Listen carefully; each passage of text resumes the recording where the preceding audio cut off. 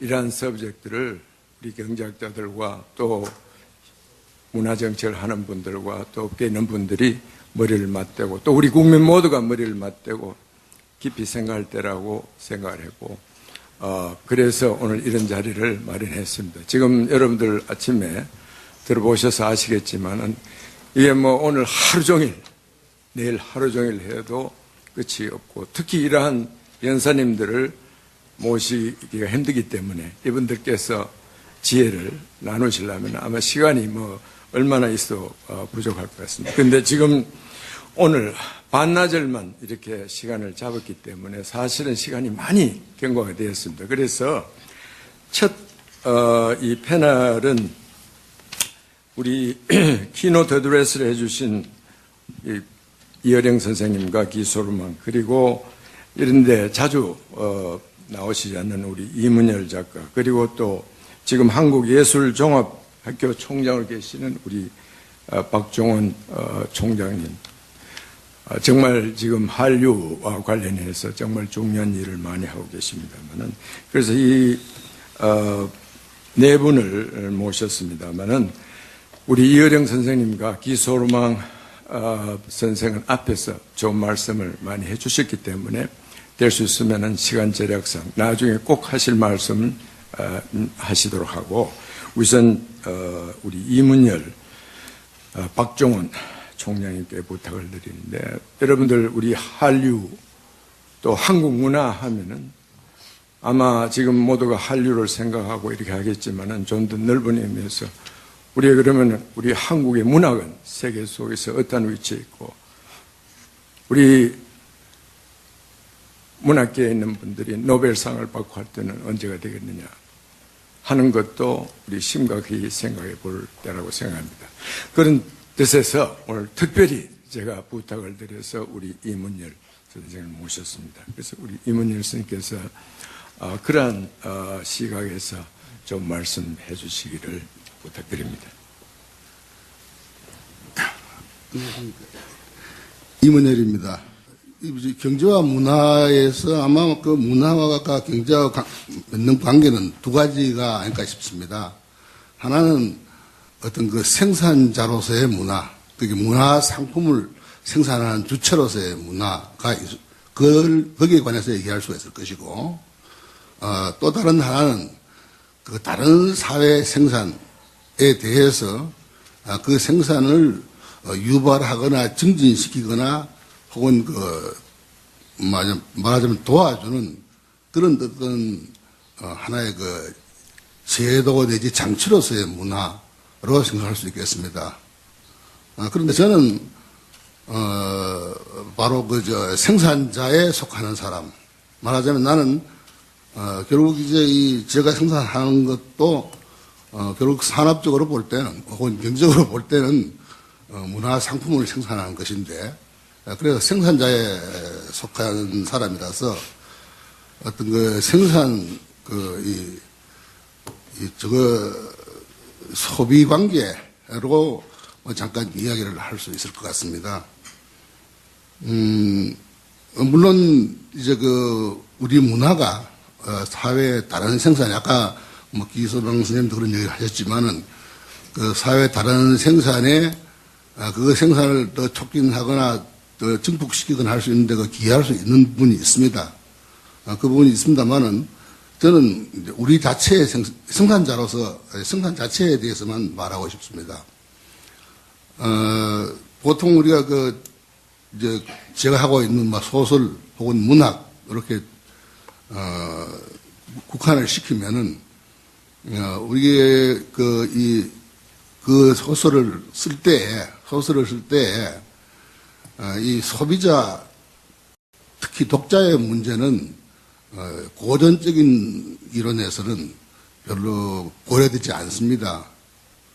그런데 근래에는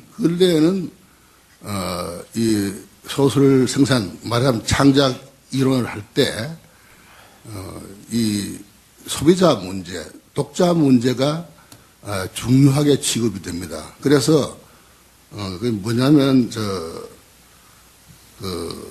생산에 관계하는 독자, 그게 생산자로서의 독자라는 개념이 생겨납니다. 그것은 무엇이냐면 우리가 우리 시대의 문화 양식이라는 것이 모든 것이 상품화하고 산업화하면서 참 문화도 하나의 상품이 되었고 문학도 상품이 된 이런 시대에는 결국 그 소비자라는 것이 우리가 최종 결과로 보면은 우리가 생산한 것을 최종적으로 소비해 주는 것인데 그러나 사실은 그 소비를 통해서 우리의 그 생산에 관여를 초기부터 하게 됩니다. 그거는 우리가 창작론을 할 때 이제 예전에는 뭐 여러 가지 이 창작의 순서를 말합니다만은 지금은 대부분 인정하고 있는 것으로 글쓰기의 제일 시작을 독자를 상정하는 것으로 시작을 합니다. 내가 누구에게 이 글을 쓰는가? 왜냐하면 글이라는 것은 상대가 없는 글은 없고 반드시 상대를 가지게 되어 있고 그런데 그 상대를 누구인가로 결정하는 것 이것이 글쓰기에서 가장 중요한 출발점이 됩니다. 이 상대를 누구로 상정하느냐에 따라서 그 글은 그 글의 여러 국면들이 전부 달라지게 됩니다. 독자를 머릿속에서 나는 이런 독자를 상정했다라고 할 때 그것은 그 글의 주제와 문체와 혹은 심지어는 구성 스토리 전개까지 간섭하는 것이 되는데 그건 다른 말로 독자가 이미 생산 단계, 창작 단계부터 개입하고 결국 생산자로서의 독자라는 뜻이 됩니다. 그래서 지금 이제 우리 문화라는 것도 이런 산업 구조 속에 일부러 편입되는 같은 그런 느낌이 있고 여기서 저는 이제 생산자니까 물론 생산자로서의 어떤 참 불량품을 내지 않고 고급한 문화상품을 생산하는 것이 중요하겠지만은 동시에 그 소비자로서 동시에 그 생산에 관여하는 독자의 역할에 대해서도 깊이 한번 생각해 봤으면 합니다.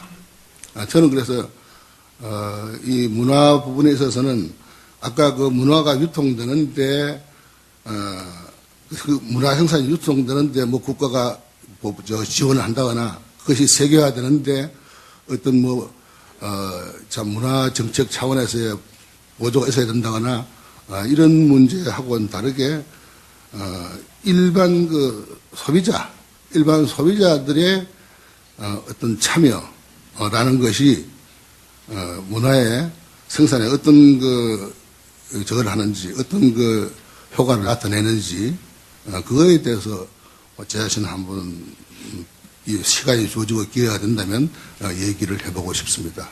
이렇게 발제만 하겠습니다. 예, 대단히 고맙습니다. 또 다른 측면의 문화와 경제라는 틀에서 말씀을 해주셨습니다.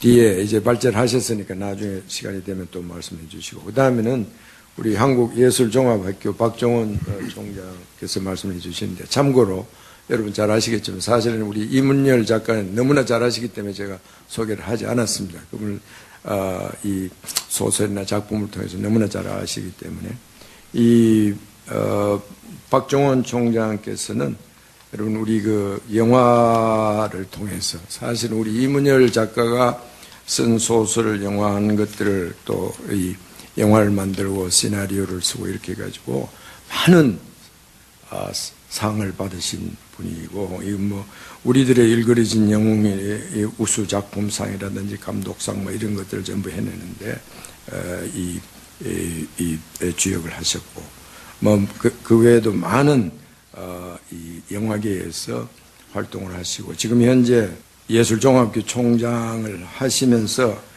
이런 특히 영상물이라든지 이런 쪽에 많은 기여와 이 컨트리뷰션 하고 계십니다. 오늘 아주 귀한 시간을 내주셨습니다. 안녕하세요. 소개받은 박종원입니다. 저희 학교 얘기를 제가 잠깐 앞에 하겠습니다. 저희 한국예술종합학교는 문화부에서 20년 전에 만든 우리 여기 이어령 선생님이 문화부 초대장관을 하실 때 그 법을 만들어서 추진한 그런 유일한 문화부 산하의 국립예술대학입니다.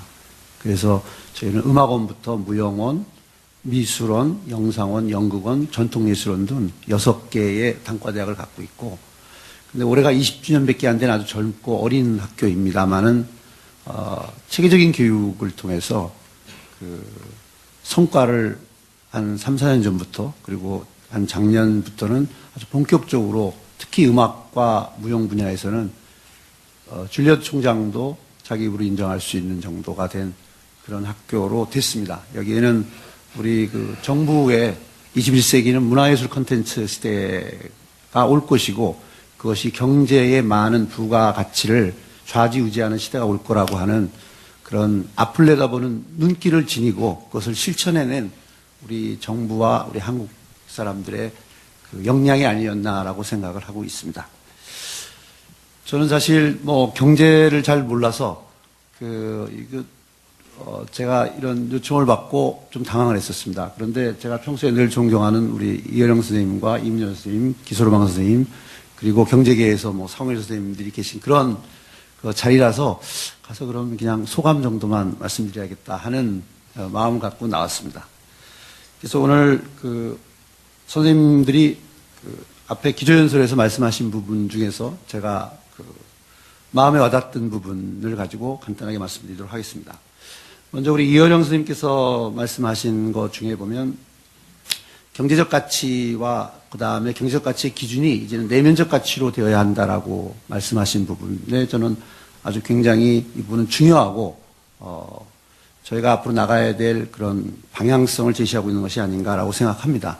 근데 이것은 아마 앞으로의 일이 아니라 이미 저희가 이렇게 해왔는데 이런 것을 논리적으로 따져보지 못한 그런 문제가 아니었나라고 또한 생각합니다. 뭐 일반적으로 경제적 가치라고 하면 제가 이런 볼펜을 살 때도 이것의 사용 가치가 얼마나 있는가, 그 다음에 이 똑같은 화폐 가치를 주고 다른 것과 비교할 때 교환 가치가 얼마나 있는가, 뭐 이런 비교 가치까지를 포함한 것들을 가지고 물건을 구매를 합니다. 그게 아마 이제 경제 활동의 시작이라고 생각하는데요. 그런데 중요한 것은 사실은 이게 어디서 만들었는가, 누가 만들었는가, 그다음에 누가 쓰고 있는가, 내가 본 적이 있는가, 뭐 이런 것들을 가지고 이 물건 구매를 결정합니다. 이것을 쉽게 얘기하면 이미지에 의해서, 그러니까 자기만 갖고 있는 이 상품에 대한 이미지를 기준으로 해서 이 상품을 구입한다는 아마 그런 뜻이 아닌가라고 생각합니다. 바로 그런 내재적 가치라고 하는 것의 첫 번째 1차적인 접근은 소비자들이 이미지라고 하는 것을 가지고 구매를 결정하지 않나라고 생각합니다. 그런데 이런 이미지라고 하는 것은 경제적 활동에서만 나타나는 것이 아니라 요즘에는 우리 이현 선생님께서도 아까 이 그래픽으로 그 출구를 얘기하는 것과 글자로 엑시스라고 써 있는 것으로 출구를 얘기하는 그거의 차이를 말씀하셨는데 모든 20세기 이후서부터는 이 시각적 요소, 즉 이미지적인 요소, 그 이미지 속에는 스토리가 담겨져 있습니다. 그런 이미지적인 요소에 의해서 많은 활동과 발전들이 이루어져 가는 것이 우리 일상생활에 지금 점점 더 안착돼 가는 것 같습니다. 그래서 하여튼 어쨌든 이런 이미지를 보고 구매를 하는데요. 그럼 이런 이미지는 반드시 구매하는 사람들의 머릿속에 있는 생각입니다. 물론 그건 옆에 사람들이 얘기를 듣거나 광고를 보거나 혹은 자기가 체험을 했거나 그 물건을 써본 적이 있거나 이런 것들도 있겠지만 그것을 다 총체적으로 할 때 그 제품이 갖고 있는 내적인 가치, 즉 이미지인 것입니다. 그런데 그런 소비자가 갖고 있는 이미지는 그럼 무엇으로 구성되어 있는가를 안으로 들여다보면 사실 요즘에 SNS 시대에 전 세계가 모두 다 금세 정보가 소통되고 자기의 감정이, 생각이 실시간으로 전달되고 그것을 주장하고 싶어하는 이런 시대에는 유행이라든가 흐름 이런 것을 무시할 수 없습니다. 그러니까 유행이 상업적으로는 사실은 상업적 고부가 가치와 많은 부를 창출하기 위해서 조작되게 만들어내는 부분도 있지만 그 유행 속에 살아가고 있는 것이 오늘의 모습이 아니라고는 아무도 부정할 수 없을 것입니다. 그런 측면에서 그런 유행에 민감하게 반응을 하는데요. 그 유행 속에는 또 들여다보면 그 시대가 공유하는 정서가 있습니다. 그것을 뭐 아주 광의의 말로 하면 시대 정신 속에 포함되어 있다고 생각하는데요. 예를 들면 요즘에 젊은 사람들 혹은 뭐 이건 젊거나 나이 먹거나 하고의 문제가 아니고 많은 사람들이 공유하고 있는 시대 정신은 저희가 뭐 정치적인 부분에서도 봐왔고 경제적인 부분에서 봐왔지만 일단 자기 욕구, 자기 표현 욕구가 굉장히 강합니다. 그런 것이 시대 정신의 제일 첫 번째 요소가 아닌가라고 생각하고 있고요. 그 다음에 즐거움을 추구합니다. 펀해야 됩니다. 이게 골치 아프고 재미가 없으면 잘 관심이 없습니다. 펀해야 되고 그럼으로써 나와 비슷한 우리끼리 공감을 가져야 합니다. 이렇게 자기 표현 욕구가 강하고 펀을 중시하며 그리고 결과적으로 나와 같은 생각을 가진 사람끼리 파당이라고 하는 부정적인 측면도 있겠지만 공감을 이루는 것이 요즘 사람들의 시대정신이라고 생각합니다. 그럼 이런 시대정신과 유행 이런 것들 속에서 물건이 구매가 된다는 것이죠. 그런데 이러한 시대정신과 유행의 제가 지금 속성을 말씀드렸는데 잠깐 이 얘기를 멈추고 제가 예술의 속성을 말씀드리겠습니다. 예술이라고 하는 것이 바로 우리 이민여 선생님께서 글을 쓰실 때, 이혜령 선생님께서 글을 쓰실 때 나의 생각이 이러이러하고 이러이러하면 보는 이가 이런 생각을 가질 것이다라고 생각을 해서 쓰는 자기 표현을 하는 것이 예술입니다. 그건 노래를 하든 춤을 추든 뭐 발레를 하든 아쟁을 연주하든 다 마찬가지로 자기의 생각을 어떤 수단을 통해서 글이라든가 악기라든가 그다음에 퍼포먼스라든가 뭐 등등의 수단을 통해서 필름이라든가 이런 자기 수단을 통해서 자기 생각을 표현해내는 것입니다.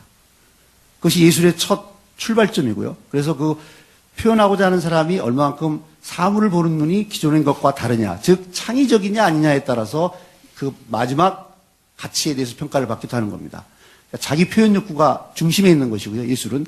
그다음에 두 번째는 예술은 보는 이에게 괴로움을 주려고 하는 예술은 있긴 하지만 아주 드뭅니다.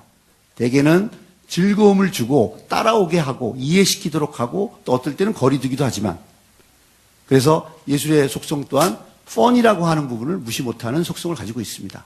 그래서 결과적으로 이런 두 가지가 이루어졌을 때 내가 만든 예술의 행위나 창작물이 사용자들에게, 수용자, 소비자들에게 결국은 공감을 이루는 것이 예술의 목적입니다. 그렇다면 제가 다시 돌아와서 그 소비자들의 시대정신인 자기 표현과 펀과 공감이라고 하는 일반적인 정서와 예술이 갖고 있는 속성과 아주 많이 닮아 있습니다. 그렇기 때문에 일상생활의 시대정신에 부응하고 그것에 접근하기 위해서는 예술이라는 도구를 잘 쓰면 아주 쉽고 편안하게 그것을 접목시킬 수 있다는 이야기가 되는 것입니다.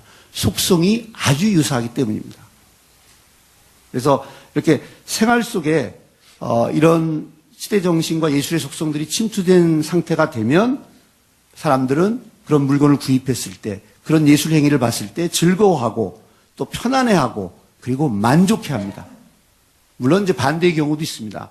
세상에 대해서 지금 자기가 즐겁지 아니하고 자기가 불편하면 불만족인 것이 또한 세상의 속성이기도 합니다만 결국은 그것들을 다 포함하는 그런 정서적인 것이 모두 침투된 상태. 저는 이런 것들을 일반적으로 넓은 의미로 문화라고 얘기하지 않나 이런 생각이 듭니다. 그래서 결국은 문화는 아까도 말씀하셨지만 문화가 주변이고 환경이라고 하는 그런 생각을 많이 가져왔는데 제가 이런 체계적인 논리 속에서 들여다볼 때는 문화는 이제는 소비를 정하는 아주 중심에 있다라고 하는 것입니다. 예술이 일상화된 상태가 문화라고 한다면 그래서 문화는 주변과 환경에서 이제는 중심으로 오래전부터 사실 이동해 왔는데 이제야 깨닫기 시작하는 것 같긴 하지만 그 중심으로 이동해야 될 때가 되지 않았나 하는 생각이 들었습니다. 이게 우리 이혜령 선생님께서 말씀하신 부분에 대한 제 그 공감과 생각이었고요. 그다음에 마지막으로 하나는 우리 기소로방 선생님께서 말씀하신 한류는 한국적 가치가 아니다라고 말씀하신 부분은 저는 아주 전적으로 공감합니다. 한류는 지금 세계인들이 특히 세계의 젊은 열정을 지닌 젊은이들이 좋아하는 요소들을 우리 한국의 퍼포머들이 공연자들이 그 속성을 너무 잘 알아서 표현을 해내는데 단지 그것이 표현하는 사람이 한국 사람이기 때문에 판소리를 조용필 씨가 부를 때 하고 안수선 선생님이 부를 때 하고 다른 것처럼 한국 사람이 세계의 젊은이들이 좋아하는 욕구를 모아서 표현해내는데 표현하는 사람이 한국 사람이기 때문에 한국적 요소가 조금 담겨져 있는 것이죠. 그래서 그런 면에서는 기소로망 선생님의 한류는 한국적 가치가 아니다라고 하는 그런 어떤 단언적 표현에 대해서 저는 굉장히 중요하게 지금 생각해야 되는 부분이 아닌가라고 생각을 하고요. 그리고 또 하나 말씀하신 한국의 로고가 조용한 한국의 나라와 그 다이나믹 코리아라고 하는 부분에서 그 이율배반적인 두 개의 어떤 그 로고가 하나로 통일화되어 있지 않다라고 말씀하신 부분에 대해서는 뭐 저는 이해는 합니다만 그것을 다른 측면에서 저희 한국이 바로 요즘 시대 정신 속의 하나는 다양성입니다. 그래서 융복합도 일어나고 서로 만나고 뭐 이렇게 하는데요. 마찬가지로 이거는 오히려 저희가 한국에서는 정책적으로 전략적으로 이런 조용한 한국의 나라라고 하는 속성과 아주 역동적인 한국이라고 하는 속성을 오히려 좀 더 잘 알리면 다양한 한국이라고 하는 측면에서 문화의 다양성까지도 수용되지 않을까 하는 그런 생각도 해봤습니다. 네, 감사합니다. 아유, 정말 감사합니다. 아주 인사이프한 말씀 많이 해주셨는데 그 로고와 관련해가지고 사실은 기소로망하고도 여러 번 우리 이야기를 자학을 한 적도 있습니다만은 이제 지금 말씀하신 것도 일리가 있고 그 굉장히 밖에 나가서 그 말 한마디로 한국의 이미지를 전달할 수 있는 예를 들면은 클린 코리아, 세이프 코리아 말 한마디로 그냥 그 모든 메시지가 또 다른 비교가 된단 말이에요. 세이프 코리아, 클린 코리아 뭐 이런 것들도 한번 우리 장관님 계시니까요. 그래서 이런 걸 전부 종합을 해서 한번 생각해 보시면 좋을 것 같고요. 지금 우리 이어령 선생님과 기소로망 Yes, you want to interject on this? Okay, I'll give you some time later. 그 두 선생님께서 말씀을 많이 해주시고 뭐 지금 편찮으신데도 시간만 주시면 뭐 지금 아마 오늘 하루 종일 여러분들이 지루한 줄 모르고 가시겠습니다만은 지금 앞에서 말씀하신 분들과 연관해서 말씀해 주실 수 있으면 좀 말씀해 주시면 감사합니다. 벤처 상품이 문화 상품이라는 거죠. 스티브 잡스가 만드는 다 있었던 그 핸드폰 또는 그 셀폰 그리고 스마트폰입니다. 그런데 이 인터페이스인 자판을 없애고 입력 방식, 즉 인간과 기계 사이에 있는 인터페이스를 바꿔봤죠. 여러분들 아시다시피 키보드는 120년 동안 변하지 않았습니다. 쿼티 자판이라는 것. 컴퓨터도 변하고 사람도 변했는데 사람과 컴퓨터 사이가 바뀌지 않았던 것입니다.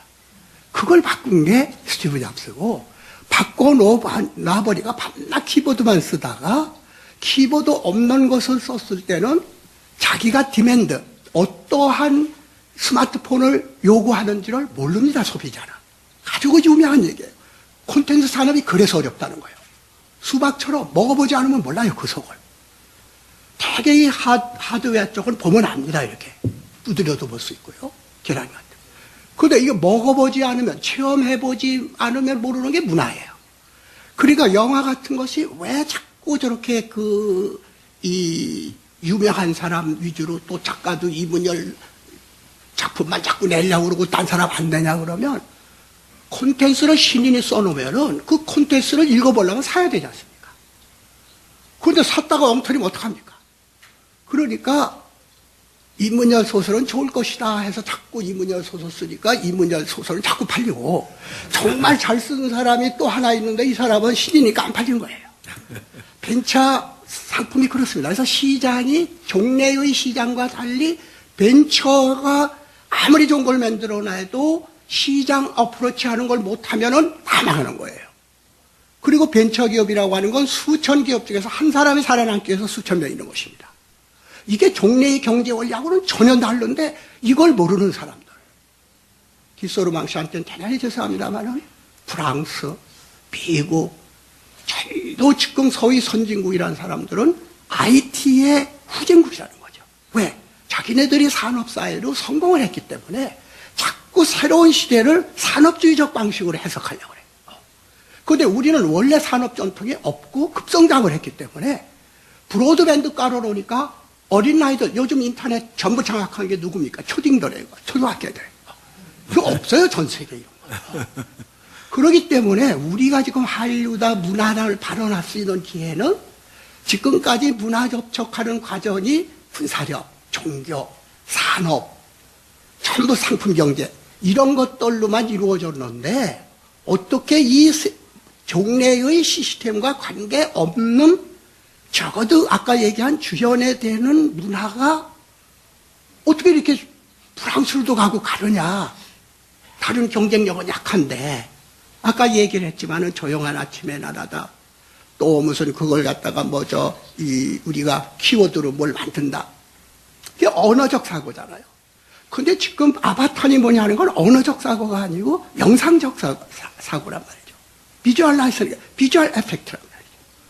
그렇기 때문에 지금부터 일어나는 경제는 nobody knows. 경제학자도 모르고 문화하는 사람도 모르고 다 모르니까 그렇게 한국이 조용한, 한국이 시끄러운 한국으로 되는 거예요. 비빔밥처럼 막 되고. 그래서 아까 말하지 못한 거를 여기서 간단히 오해할까 봐서 간단히 얘기를 하면은 이 생명가치라고 한 거, 아까 인트린식, 그 내면 가치라고 한 생명가치가 산업화의 가치, 경제적 가치죠. 자유, 평등, 그럽니다. 자유의 가치, 무한경제. 또 민주화 과정에서는 평등 원리. 프랑스 혁명 똑같습니다. 자유, 평등. 마지막에 프라테르니 때가, 프랑스 혁명도 그랬어요. 프라테르니 때가 왔거든요. 그 프라테르니 때 부분이 아주 거슬러 올라가면 문화와 경제가 마주치는 거기에 자유 원리와 평등 원리는 절대 합쳐지지가 않았죠. 그건 프랑스 혁명 때 자코뱅당하고 말이죠. 누구니까 이 자코뱅하고 또 하나 있었죠. 그래서 이 두 싸움 자체들이 하나는 평등적이고 이념적이고 한쪽은 자유경제에서 하나는 상업적이고 하나는 이념적이고 이것은 산 사람들이고 이 사람들은 한국 사람들이었습니다. 그렇기 때문에 이런 가치들이 문화하고 경제라는 가치들이 종래로 보면은 서로 반대되는 것이었다는 거죠. 서로 대립되는 것이었는데 놀랍게도 21세기에 와가지고는 본격 문화하고 오락 문화하고 지금 얘기하는 그러한 그 평등하고 자유의 정치 원리하고 경제 원리들이 이 문화 원리, 프라테르니 때 속에서는 통합이 된다는 거죠. 합쳐질 수 있는 근거가 있다는 거예요. 그렇기 때문에 경제 문화 얘기할 때 가장 중요한 것은 문화의 통합적 가치, 정치 원리와 경제 원리를 통합할 수 있는 가능성이 보이기 시작했다는 겁니다. 그렇기 때문에 자본주의다 사회주의다 하는 것을 브레이크스루 할 수 있는 느낌도 여기서 온다는 거죠. 동서양이 만나는 것도 그렇고. 그래서 제가 말씀드린 거는 이 문화의 가치는 크리에이티비티라든지 크리에이티브맨이라든지 집단이 다 해온 건데요. 자유도 평등도 집단들이 주로 해온 것입니다. 그런데 문화만은 개인이 한다는 거예요. 아까 여기서도 얘기했지만 개인이에요. 한류도 전부 한류 배우의 개인들입니다. 배용준이라든지 누구라든지. 그것을 시스템으로 하려고 그러면 국가 시스템이나 종교나 다른 시스템으로 하려고 그러면 실패한다는 거예요.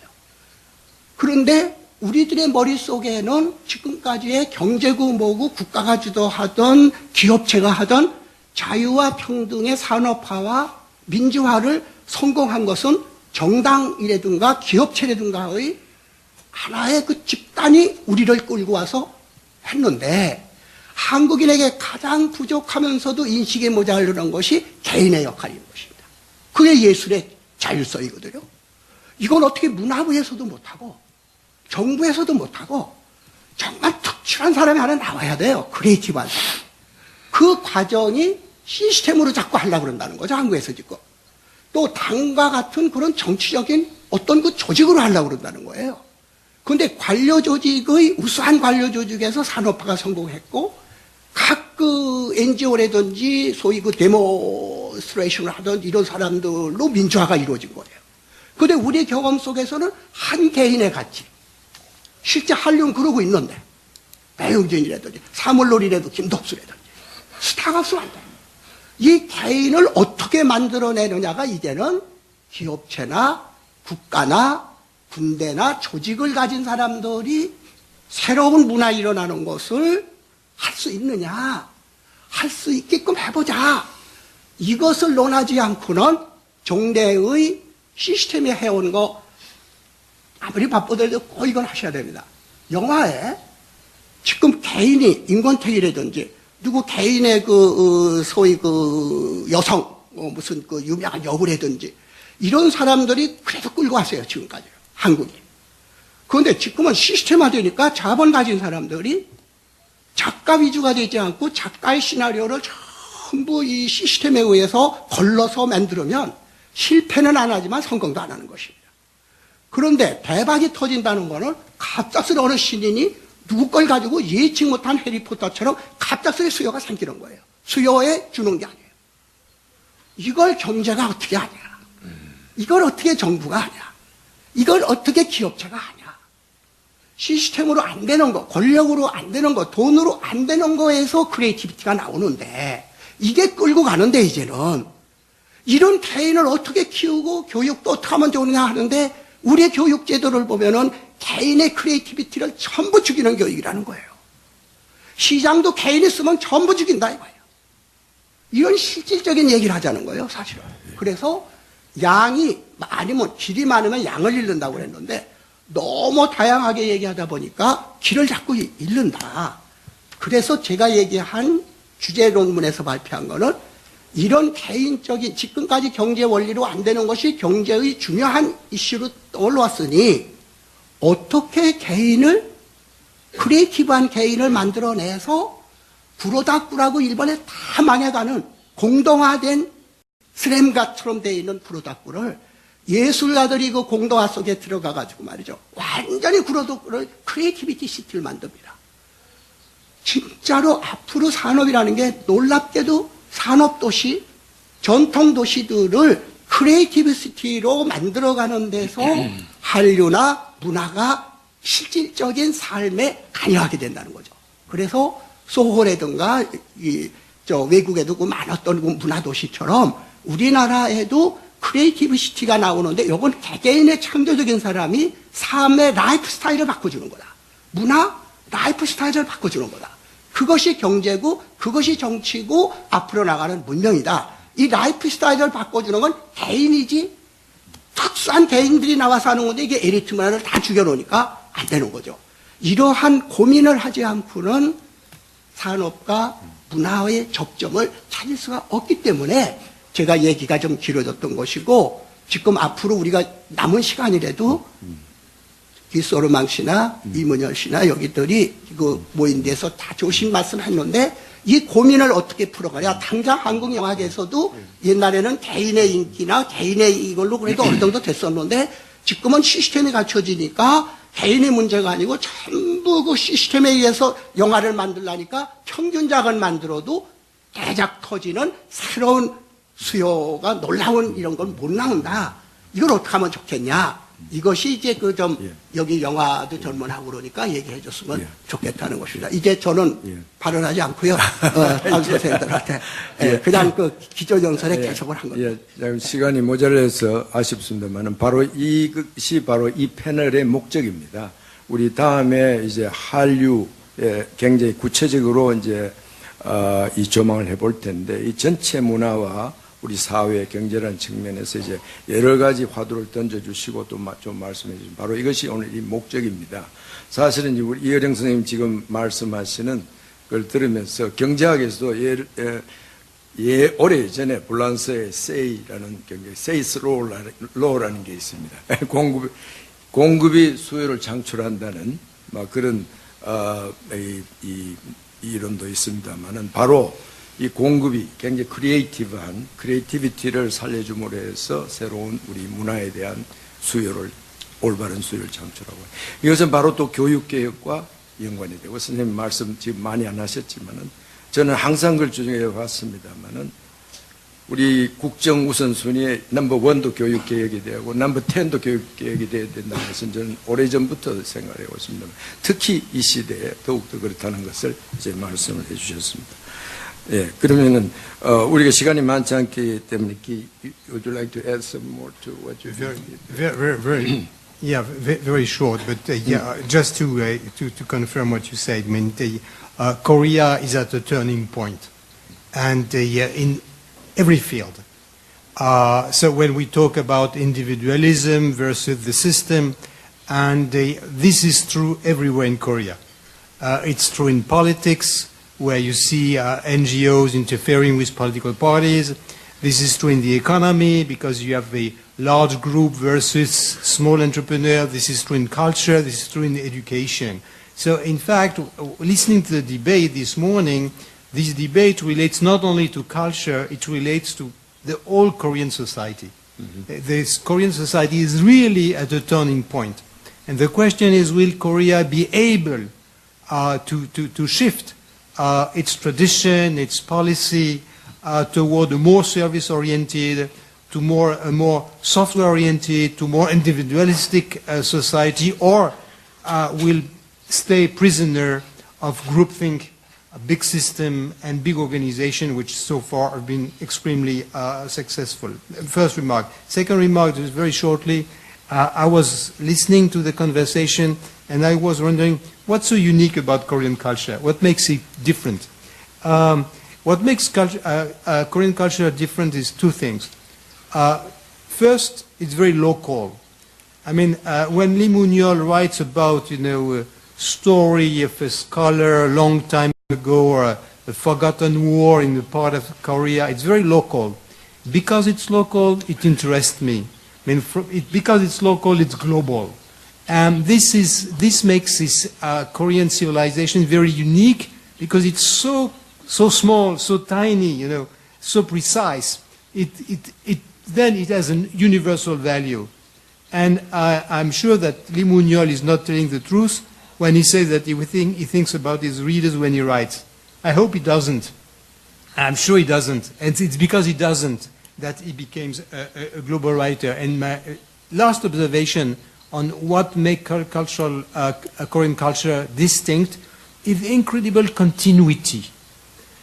When I look at contemporary artists like Lee Yu-fan or Chun Soo-jeon or Park Nam-joon, and it comes to my mind that they could be only Korean, like Lee Moon-yeol can be only Korean. So there is a deep continuity between contemporary art and Korean tradition, and this is quite unique. And this is why I suggested to Minister Chun when he was at the head of the museum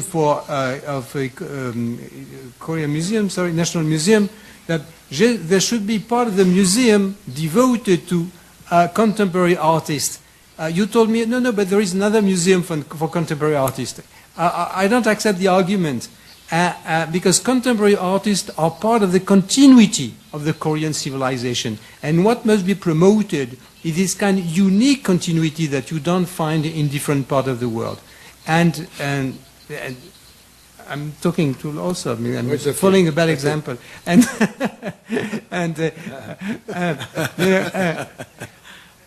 the distinction, marketing and culture. There is one thing that you cannot decide, is that to create that somebody would become an artist and to have a system which will produce artists. You cannot decide that. The only thing you can decide that when there is an artist, you must help him and promote his work. Okay? But you cannot create a system where suddenly the number of artists will increase. You can create a system when an artist emerges, which is always an unpredicted miracle. This artist will not strive lonely by himself, but he will get some support from a foundation, private, public sector, and so on, and be able to express this incredible continuity of the Korean civilization. Okay, thank you very much. 오늘 조금 더 말씀하시겠습니다. 그냥 이건 제가 지나가는 얘기입니다만은, 제가 사실은 그 컴퓨터를 처음 시작한 것이 아마 90년대 한 초중반 거의 93년이나 2년 뭐 정도 되는데 그게 그 경위가 그 계기가 바로 옆에 계시는 이어령 장관님 덕분입니다.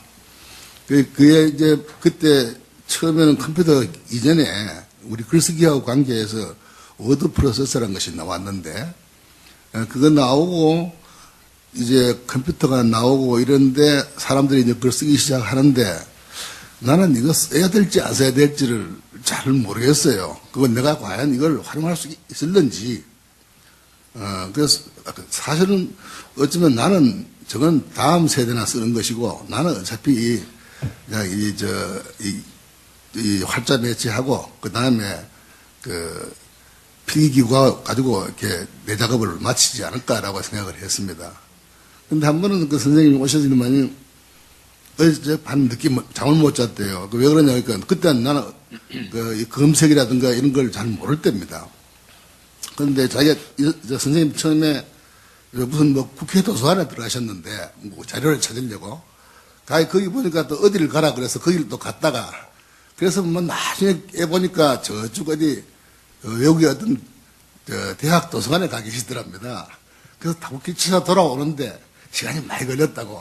아마 그때 옛날 그 컴퓨터라서 그런지는 모르겠습니다만은.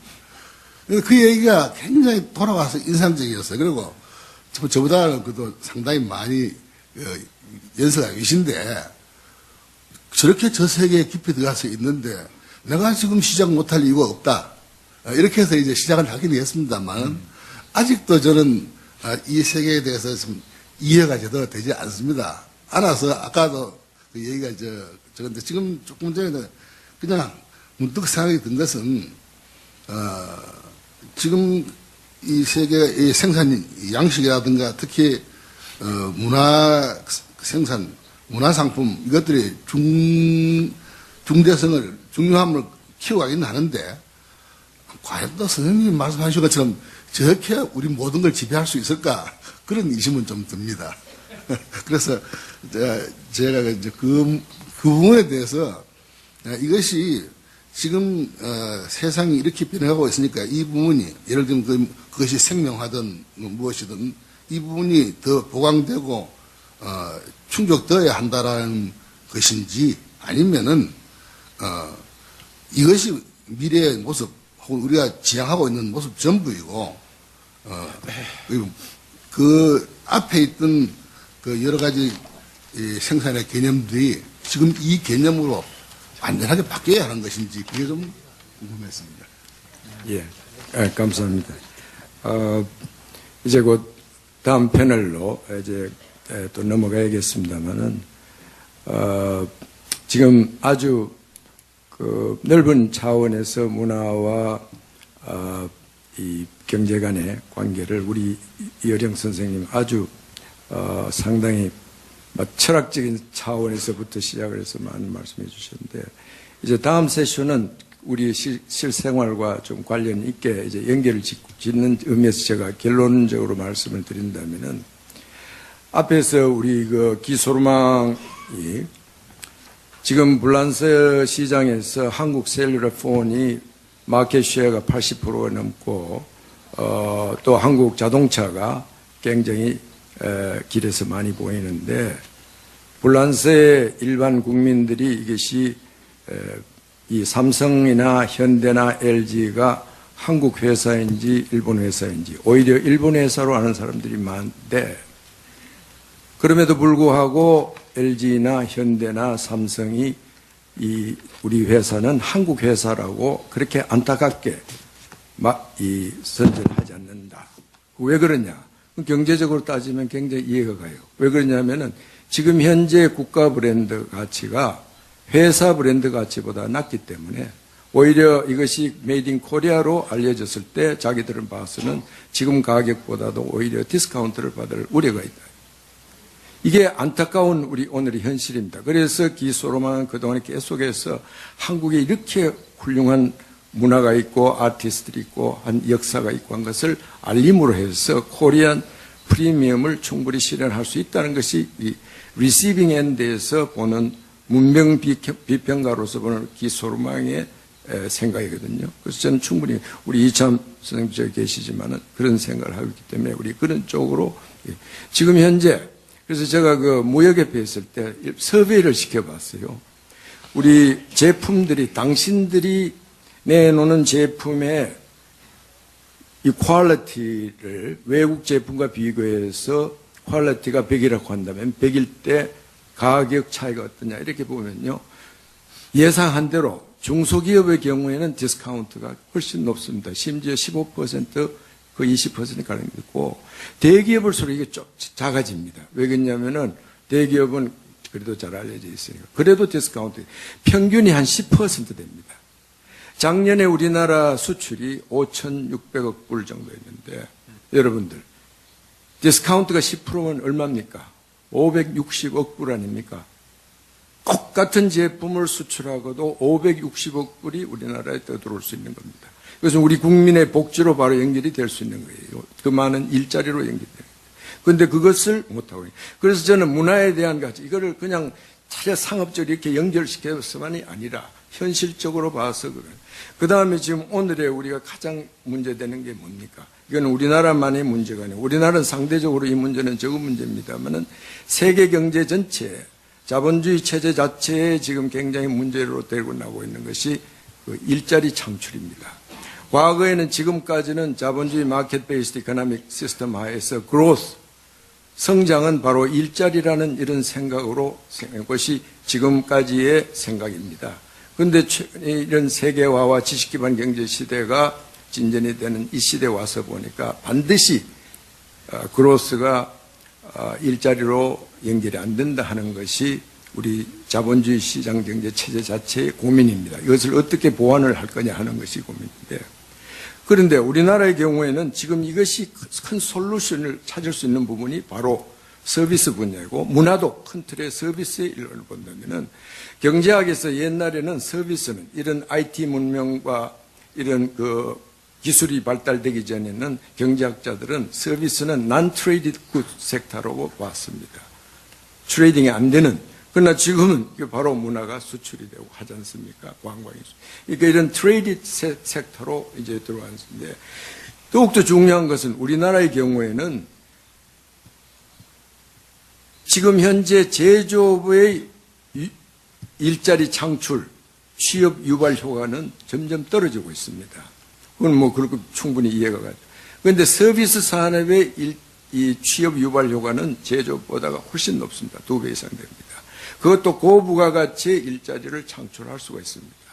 그런데 우리의 지금 정부의 그동안의 제도와 정책이나 이런 인프라스트럭처를 보면은 우리 초기 산업화 시대에 만들어진 그대로 남아 있습니다. 그래서 서비스 산업은 오히려 역차별을 받는, 오히려 우대해 주는 게 아니고 역차별을 받는 이런 체제가 되어서, 그래서 저는 이것을 빨리 타파해야 됩니다. 저는 그런 주장을 오래 했습니다만, 산업공단하는 이름부터 바꿔야 됩니다. 산업공단 하면은 이 하드웨어적인 이런 기름질한 노동복, 그것이 생활공간, 문화공간이 돼야 되고, 이 활동 공간이 돼야 되는 교육의 공간이 되고, 그렇게 돼야 이 시대에 맞는 생산 현장이 돼. 생산 딱 제조업만 해요. 근데 우리의 오리엔테이션과 우리의 지금 모든 제도와 우리 인프라 그렇게 되어 있습니다. 그래서 이거 전부 바꿔야 돼요. 그래서 여기에 발상의 전환이. 그래서 저는 이 문화를 그런 차원에서 봤을 때 지금 이게 지금 현재 가장 문제가 되고 있는 일자리 창출과 경제 문제도 바로 여기에서 찾을 수가, 해답을 찾아낼 수가 있습니다. 지금 우리나라는요, 세계에서 작년에 수출, 제조업의 수출은 세계에서 7위입니다. 그런데 문화의 수출은 15위입니다. 지금 미국은 서비스 수출이 1등이고 제품 수출이 2등이고, 독일은 이 서비스 수출이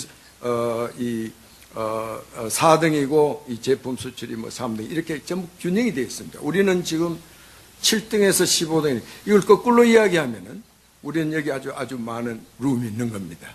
그러니까 우리가 제도를 옳게 만들고 이렇게 하면은, 그래서 바로 크리에이티비티를 이 최대한 창출이 될 수 있도록 발휘될 수 있도록 하는 이 여건만 만들어주면 지금 우리 직접적인 서브시디 주고 필요 없습니다. 여건을 만들어주면은 오히려 방해되는 요소들을 제거만 해주면은 저는 아직 할 수 있는 부분이 너무나 많다고 봅니다. 그래서 그런 차원에서 이제 지금 전체 넓은 차원에서 이제 이 문제 의식을 가지고 화두를 던져 주셨고, 그다음에 이제 우리 좀 구체적으로 한류 부분에 내려가서 이제 업계에 계신 분들과 또 정책하시는 분들께서 정말 아쉬운 것은 지금 이런 자리를 정말 마련하기 이런 분이 이렇게 포디움에 같이 앉기 정말 힘듭니다만은 막 시간 다음에 또 제가 볼 때는 이런 기회를 자주는 못 갖더라도 종종 갖는 것이 좋다고 필요하다고 생각해서 다음에 또 한번 그런 기회를 만들도록 오늘 이 오전 이 패널은 여기서 끝이도록 하겠습니다. 여러분들 많은 박수로